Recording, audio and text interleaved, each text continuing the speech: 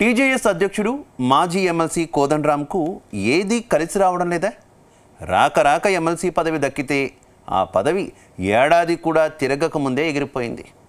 BRS MLC Dasoju Shravan సుప్రీంకోర్టుకు వెళ్ళి మరీ కోదండరాం పదవిని ఓడగొట్టారు.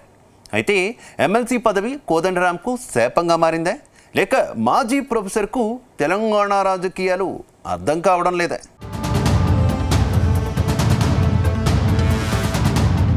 తెలంగాణ ఉద్యమంలో గులాబీ బాస్ కేసీఆర్తో సమానంగా వినిపించిన పేరు.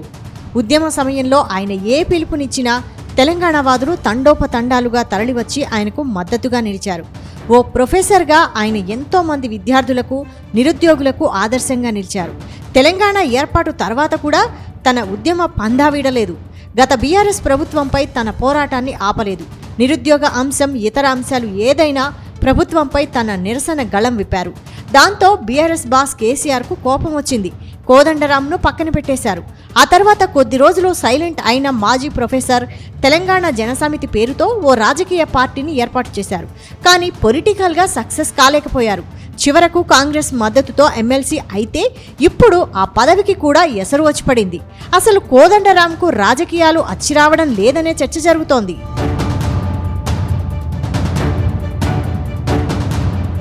ఇక రాష్ట్రంలో కాంగ్రెస్ పార్టీ అధికారంలోకి రాగానే ఎమ్మెల్సీ కోదండరాంకు గవర్నర్ కోటాలో ఎమ్మెల్సీ పదవిని ఆఫర్ చేసింది.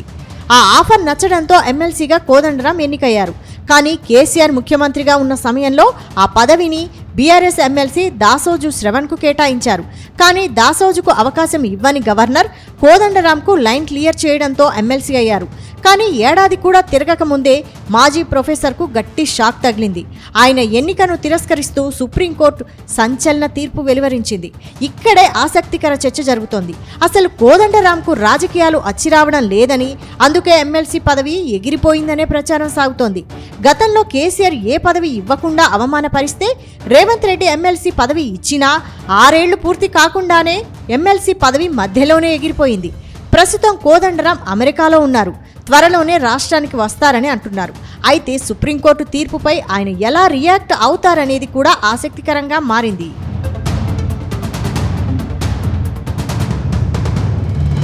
ప్రస్తుతం మరో వాదన సైతం వినిపిస్తోంది. కోదండరాం ఎప్పుడైతే రాజకీయాల్లోకి వచ్చి ఎమ్మెల్సీ అయ్యారో అప్పుడు ఆయనకు ముందున్న విలువ ఇప్పుడు లేదనే టాక్ వినిపిస్తోంది. కానీ ఎమ్మెల్సీ పదవి తీసుకోకుండా ప్రొఫెసర్గా కొనసాగి ఉంటే మునుపటి గుర్తింపు దక్కేదని అంటున్నారు. మరోవైపు కేసీఆర్, కాంగ్రెస్, బీజేపీ పార్టీలు నడిపినట్టుగా రాజకీయాలు నడపడం అంత ఈజీ కాదని ఆయనకు ఇప్పుడు అర్థమైందని అంటున్నారు. ఇందుకు వరంగల్, ఖమ్మం, నల్లగొండ పట్టభద్రుల ఎమ్మెల్సీ ఎన్నిక పెద్ద ఉదాహరణ అంటున్నారు. ఆ ఎన్నికల్లో కోదండరాం సార్ 3వ స్థానానికి పరిమితం కావడంతో నిరుద్యోగులు సైతం ఆయనపై గుర్రుగా ఉన్నారని తేలిపోయింది. అయితే ఈ ఓటమి నుంచి తేరుకొని ఇప్పుడు ఎమ్మెల్సీ అయ్యారు. కానీ పదవీకాలం మొత్తం పూర్తి కాకుండానే మరోసారి పదవికి దూరం కావడం రాజకీయ వర్గాల్లో చర్చనీయాంశంగా మారింది.